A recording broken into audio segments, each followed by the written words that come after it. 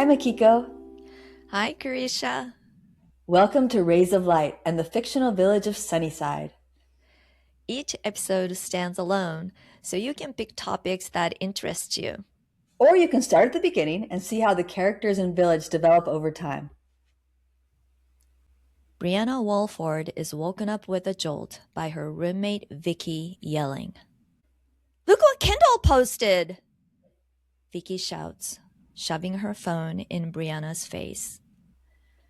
Brianna's eyes haven't had time to focus before Vicky rolls away, yelling threats and promising revenge. She leaves the room with a slam of the door. The clock says it's 3 a.m. Unable to get back to sleep, Brianna tries to do deep breathing exercises, but her heart rate doesn't slow down. With her eyes wide open and her body stiff, she stays awake, afraid of Vicky's return and what kind of chaos will come along with it. It's nearly 5 when she dozes off, waking with her alarm at 6:30 to hear Vicky snoring on the bed across the room. Brianna gathers her clothes and goes into the bathroom, shutting the door as quietly as possible. One time, the click of it closing woke Vicky, who was furious at Brianna for days. Being in class is a relief until Brianna realizes she left her assignment in the dorm room.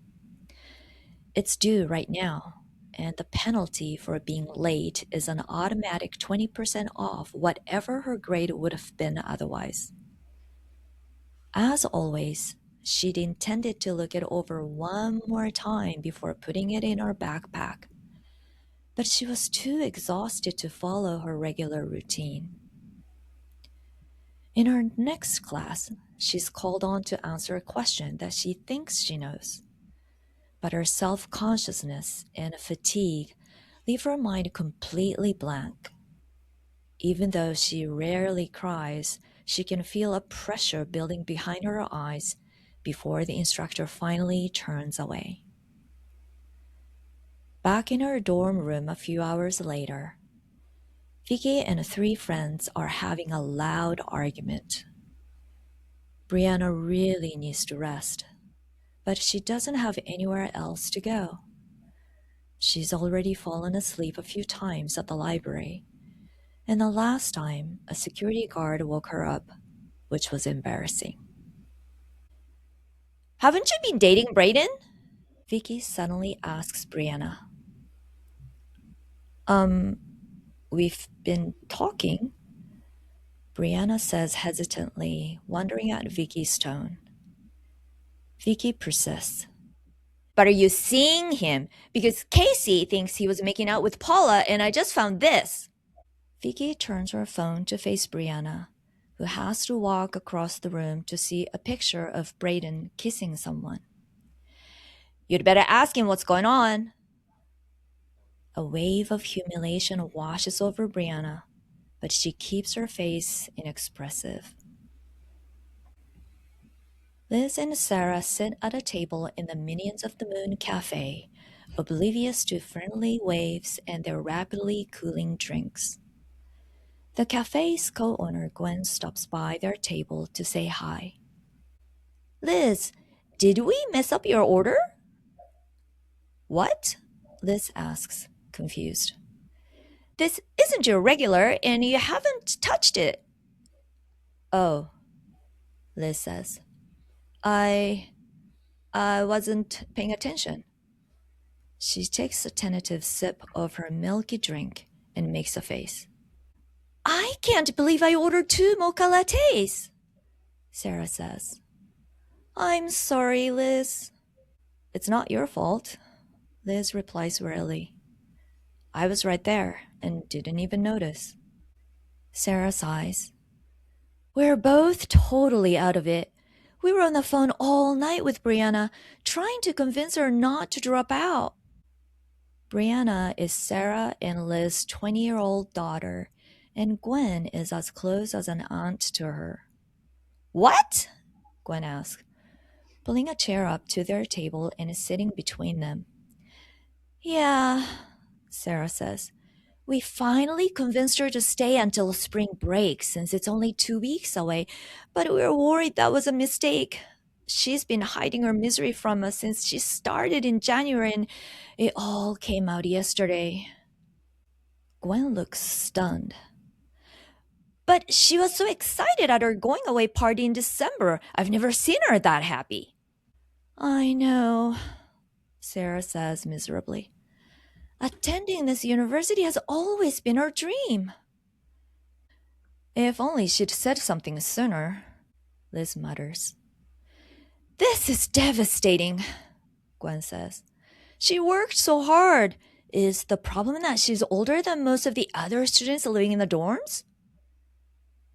Brianna has just transferred to her dream university in another state after earning her associate's degree while working in Sunnyside as a nanny.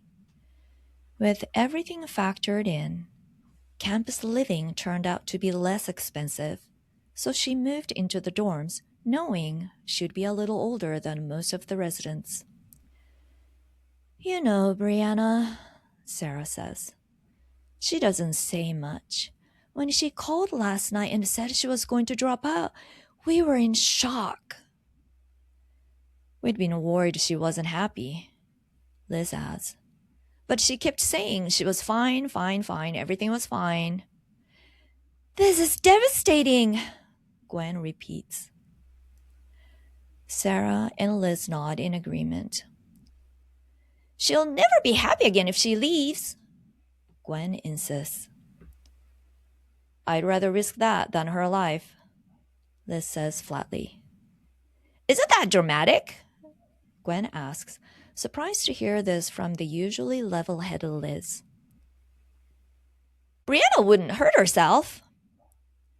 We spent way too much time searching mental health issues this morning, Sarah admits.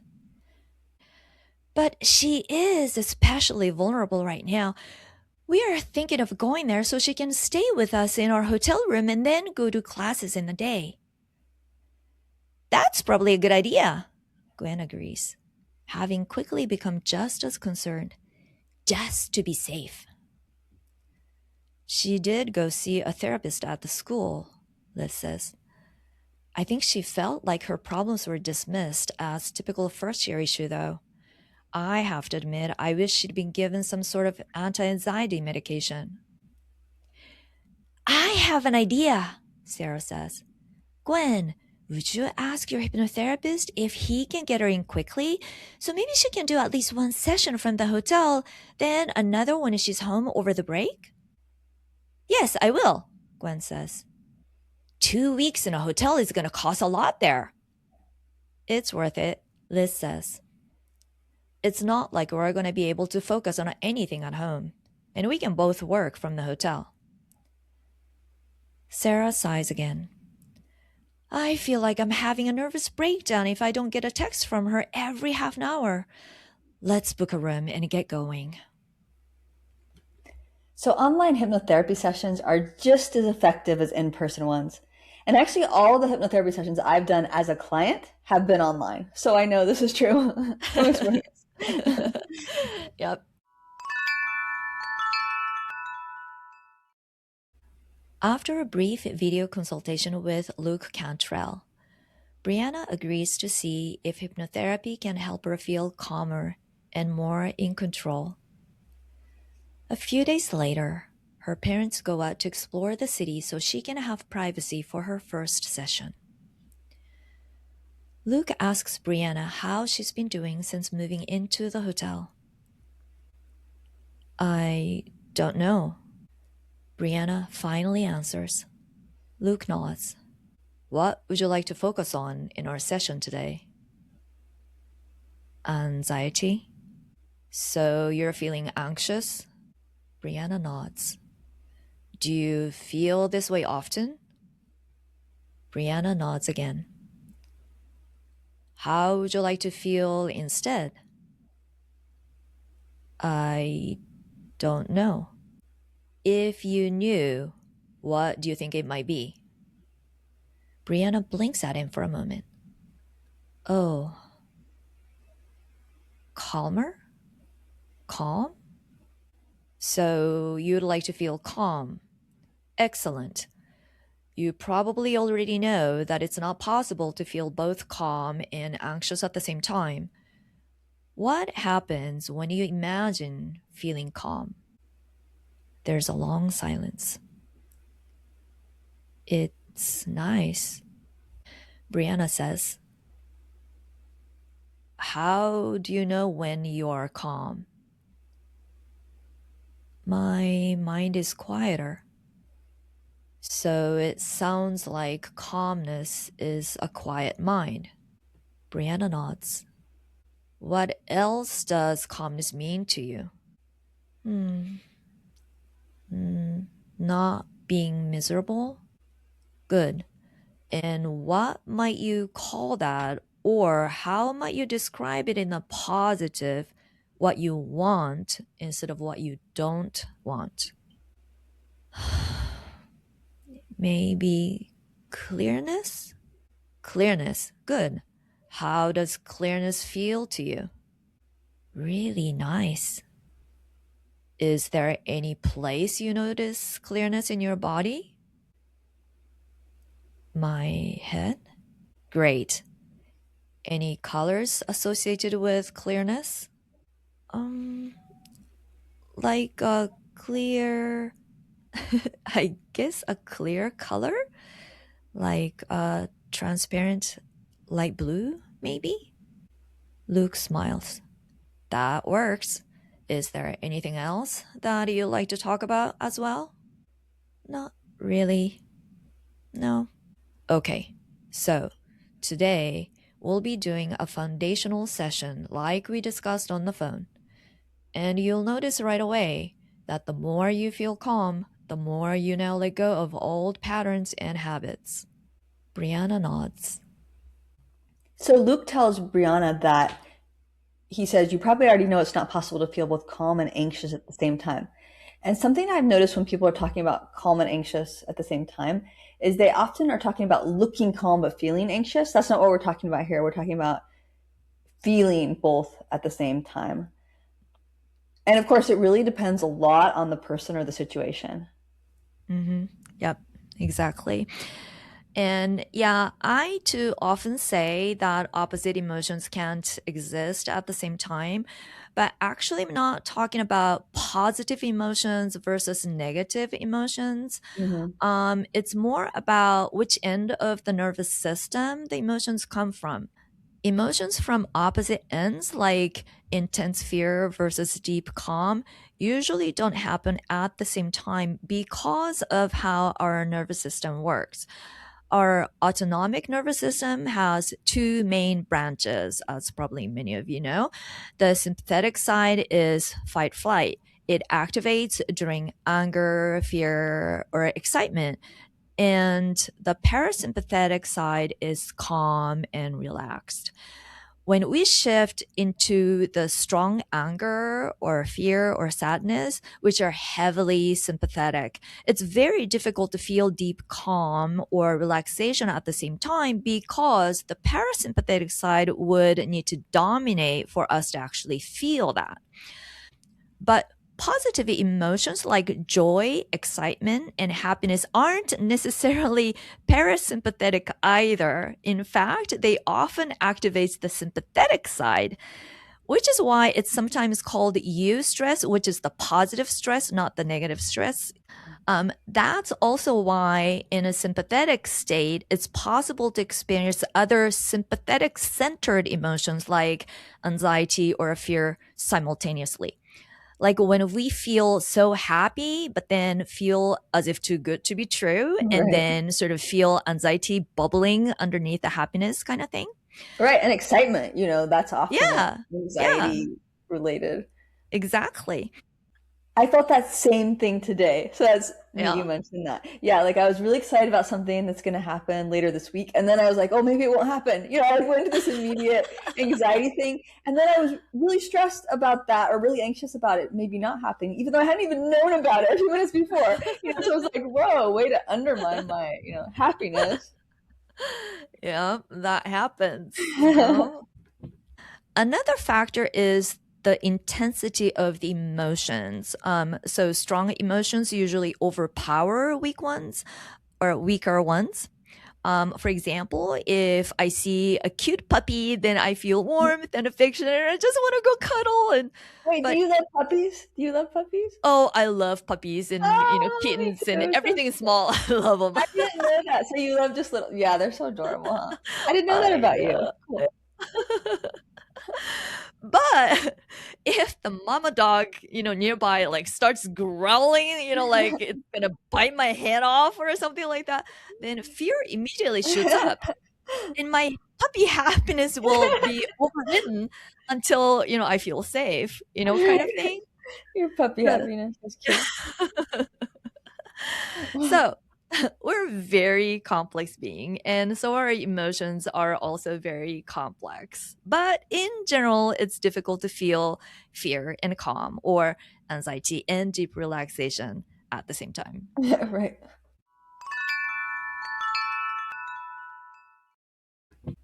Before they head home for spring break, Sarah and Liz are surprised. Brianna seems to want them to accompany her back to her dorm to pick up the few things she forgot.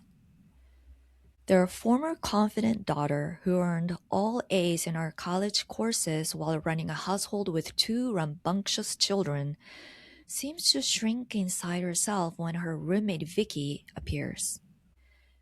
Bree, Brayden was here looking for you the other day and said he'd texted and you hadn't responded. And I said, well, maybe you should be careful what you post. And then he said, what are you talking about? And I said, well, maybe. Vicky.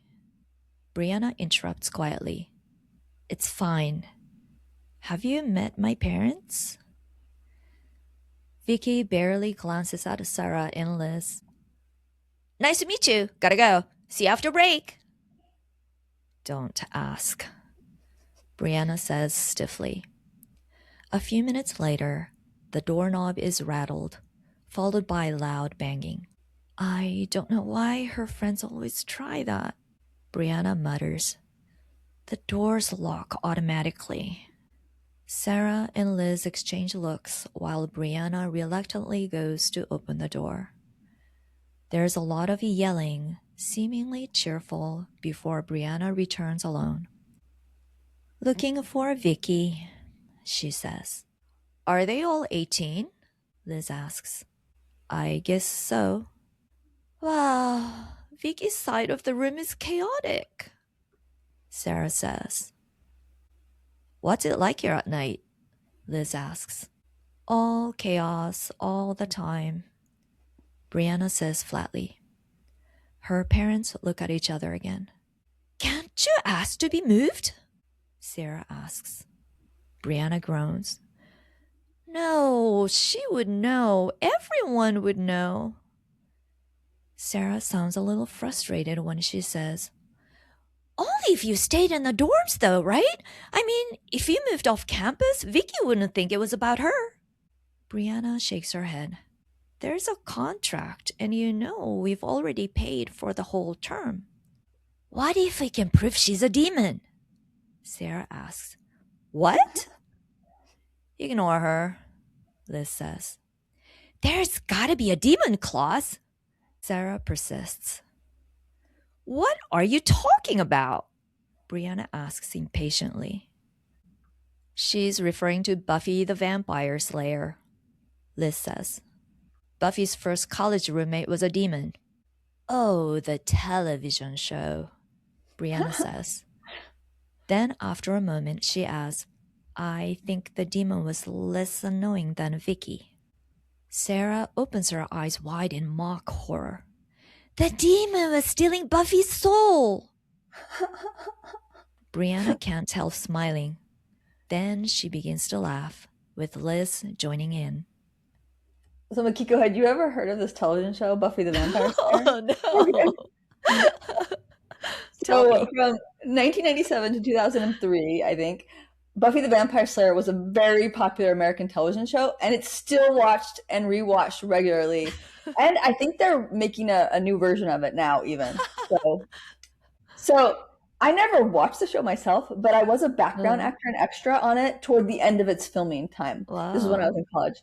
And so Uh, I much later made friends with people who loved the show when they were growing up. And they saw, like, some of them saw this season over and over again. They passionately loved it. uh, And they were shocked to hear that I was actually an extra on it, but hadn't watched a single episode, you know? Like, I was so disinterested in the shows I was on. So as an adult, fun together. I mean, not doing it at the same time, but I've been watching and discussing with them why they've been rewatching. It's kind of a thing we do for uh-huh. fun. And that is how it ended up in the story. I clearly just watched this episode recently and it just came out like this. Oh, cool. I was still in the US back in 1997, but Oh, you were? Yeah. yeah, So you yeah. weren't a teenager. I mean, it was kind of a teenager show. No, Yeah, yeah. no, Well, I mean, definitely you I were a wasn't a teenager. Yeah. teenager. Well, an older Um, teenager, maybe. no, I You were in was your 20s? Oh. because yeah, it was more like in my 30s, I think, Mm. or late You 20s, were I a think. graduate student, right? Yeah, yeah, Yeah. yeah. So just to share my roommate story, Yes, when I please. started college in Oregon, um, the state that I just so love, and of course this was like very long time ago. At the time, I could hardly speak English, like hardly at all, and naturally, of course, I had to live in the dorm, being an Uh-huh. international student. My first roommate apparently didn't want a foreign student who spoke so little Wow. English as a roommate. Of course, she didn't say anything to me. I mean, she, was rather cold, but didn't say anything. But after like a few days or, maybe a few weeks, I don't remember at all. But obviously, clearly, she asked whoever that arranged the dorm, thing to switch her room. And So did they so tell you? Did they tell you she didn't want someone who didn't speak English? I don't remember, but I just remember like all You of a must have sudden heard at having a some new point. roommate. Right. But anyway, so I do think it's relatively easy to switch rooms in dorms, I Yes. assume. But the Mhm. key point here that I wanted to make is how like sort of narrow focus Brianna's view right now, because she is stuck in this very negative, rigid state, and so she's Right. not really seeing the whole picture or different options, I think. Yeah, and often when we're in that kind of state, it seems impossible to have a change. That's what makes it so Right, hard to get out of it. Yeah, so that's a really good right. point. And so she brings up the things like having the contract, obviously I Yeah. can't leave. And also, and her fear of, it seems like she has a fear of Vicky finding out, knowing that Mhm. she wanted to change roommates. So it's just like, well, no, Right. I can never change. I've got to stay here forever and live Mhm. with this, and it probably Yeah. feels like forever, when you're Right. in a horrible situation where you can't sleep. But Right. yeah. Totally. Yeah.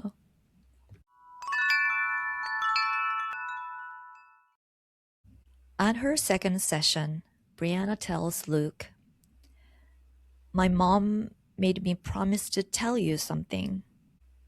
There's a long pause, and then she yawns. After another moment of silence, she says, "My roommate is chaotic. She's loud and up all night. She gets excited and mad and screams and yells, and she has lots of loud friends. She really stresses me out. Please don't tell me to ask for a new roommate or to move out, because I can't. I can either leave the university entirely or else I have to keep her as a roommate." Luke nods. "That's a really difficult situation you are in." "I have earplugs, but they don't block everything out. I wouldn't feel safe if they did." And she turns on lights and shoves her phone in my face. I've asked her not to do these things, and sometimes she apologizes and says she won't. And other times she gets mad and leaves and comes back with our friends who sit on our bed and stare at me and whisper to each other. It sounds like you've been experiencing extreme stress, and the only possible options are what again? To quit school or keep dealing with Vicky? Which would you prefer? Brianna is silent for a long time, then says, to be less bothered by Vicky, I guess. How would you like to feel about her? Luke asks. "Hmm, I guess that she's not scary. I know she's not really scary, but I'm scared to ask her to stop doing things. And when I do ask her, I know I sound weak. What about her makes her seem scary, do you think? She yells so much when she's happy or mad, and her moods change really quickly. Why do you think she's like that? Brianna shrugs. I don't know, she says. I don't understand people like her. Luke asks, do you ever wonder what's going on in her mind? Brianna shakes her head. I guess I haven't really. When I was talking to my parents about her, we kept calling her chaotic. Maybe she's filled with chaos. Hmm, I wonder why that is. It's almost like she's anxious too. She just acts it out differently. She shows it in a different way. How do you feel when thinking about her like this? Brianna hesitates, then says, kind of more distanced, like it's nothing to do with me. It's separate from me. So, with this, the more you used to feel scared and anxious around Vicky, maybe the less you find now that her energy affects you? Brianna nods.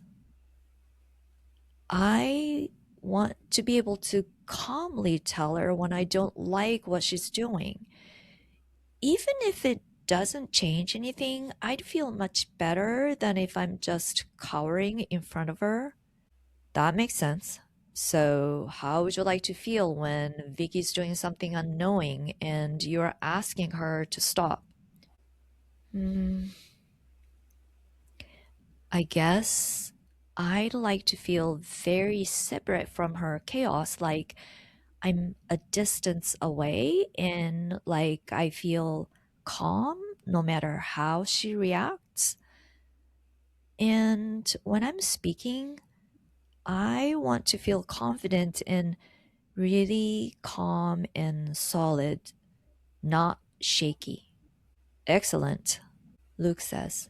Something I've noticed time and again, and that you might begin to notice also, is that sometimes after approaching a situation from a different state of mind, things that seemed unmovable before easily, naturally begin to shift. Ready for some hypnosis? Brianna nods. And so that is something I have really noticed. Approaching a situation from a different state of mind. We talked about this a little bit earlier when you feel like it's impossible to change, you're stuck, whatever. And then you have someone else help you. It's often like you need someone else to give you a shift in perspective, Yeah. to like help you have a different approach. That's why relationships are so important. Hmm. And also, they're talking about confrontation. So I don't know that many of us enjoy confrontation, but there are some people that go to greater lengths to avoid it. And they have a tendency to just shut down rather than say anything that others might find confrontational. So they're less likely to stand up for themselves or share emotions they feel are negative or opinions they think will be unpopular. Yep. When we face issues, I think typically there are two ways of dealing with them. Um, there are those who try to resolve the issue by confronting it, who are open to have frank conversation in order to find a solution. And those who try to resolve issues through silence or by processing things internally, maybe. And then there are also people of just few words, that's Right. just their nature.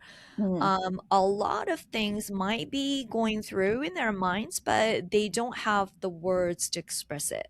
or that they hesitate or they don't want to express it. And so they retract and sort of shut off. And so in sessions, we do see, people who struggle with words.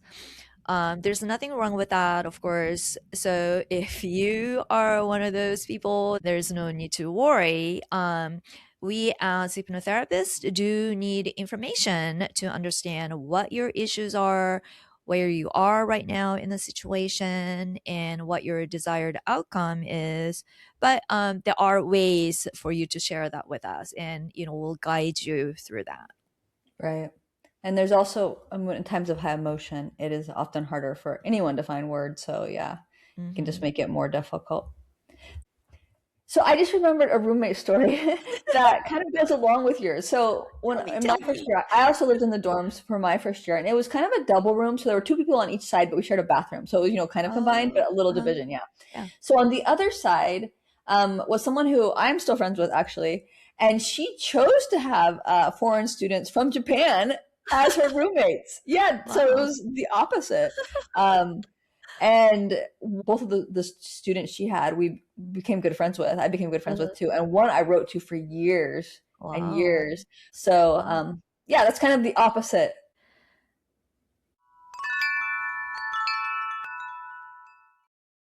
At the end of spring break, Brianna promises to update her parents daily on how she's doing after she returns to her dorm room. She'd wanted to get back before Vicky, but it's not clear if her roommate ever left. The place is filthier than ever, and someone has definitely been using Brianna's bed. Her hopeful attitude plunges as she looks at her wrinkled bedspread with crumbs all over it. Brianna left for spring break with her bedding freshly washed, and now she has to redo it. She'll probably return from the laundry room to find Vicky's friends spilling their drinks all over her bare mattress. Vicky comes into the room shouting with excitement. Bree's back! I am. And it looks like someone was eating on my bed.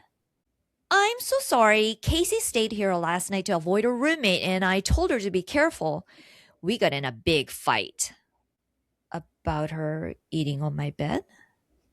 Vicky looks confused for a moment. Oh, no, not about that. Well, I'd better get to the laundry room, Brianna says, so I can get these dry in time to sleep tonight. See you, Vicky says cheerily. Brianna notices that even though she's feeling frustrated, she isn't afraid. Wait, why does Casey want to avoid her roommate? Oh, she makes all these rules and then lectures Casey when she doesn't follow them. It's like, who made her in charge? What kinds of rules? Brianna asks. Like whose turn it is to clean the bathroom and when it's time to be quiet and turn the lights off, basically about everything. I'm surprised you and Casey don't want to share a room, Brianna says tentatively. I'm so mad at her, Vicky says. But normally, before you got mad at her? My dad didn't want me to share with her. Said I never get anything done. Okay. It's just too bad she has to turn the lights off early when you are both such night people, and I'm more of a morning person, so I wouldn't mind. You wouldn't like her as a roommate, Vicky says, staring at her phone. Carrying her laundry basket, Brianna walks slowly by Casey's room, which is down the hall from hers. The door is shut, and she considers knocking but walks on past. She stops at the stairwell, puts her laundry basket down, and goes back to Casey's room, this time knocking lightly. Casey opens the door, looking like she's been crying. She blinks at Brianna without saying anything. I don't know what you and Vicky are fighting about, Brianna says bravely, but I'm sure you can work it out can't you? Casey sniffs. I guess so. I was wondering if you wanted to switch rooms, if your roommate is okay with it. I'm okay with it, a voice says from inside. Really? You'd really switch? Casey asks Brianna hopefully. Sure, right now if you want. I just got back and haven't unpacked. I'll help, the voice that responded before says. And in a moment, she's standing next to Casey and introducing herself. Hi, I'm Amy. Hi, I'm Brianna. I need to get my bedspread and sheets into the washer. Then I'll come back and we can go talk to Vicky. Brianna's mode entirely shifted from problem Yep, focused to solution focused. yep. Earlier, she was saying she had to either drop out or put up with this chaos. Uh-huh. And she believed change was impossible, as we talked about. But once she became solution focused, she was able to find a solution. Yep, this is how it works. It It's really amazing. is so amazing. Yeah, because it really is like almost night and day kind of a change. Like all of a sudden, my view sort of widens and then I start to see other options, just Right. like that. It's just really amazing. It's wonderful. It's a wonderful feeling when, Yep. yeah, you realize, oh, wait a minute. Yeah. Like, I wasn't stuck. I wasn't trapped. I yeah, wasn't. Yeah. yeah. It's like, why didn't I see that before? Kind of thing. Uh-huh. Uh-huh. Yep. It seems so obvious. And Yep. usually there's a few different ideas that start coming, it's Yeah. just ah, Yep. such a That's right. wonderful feeling. Yeah.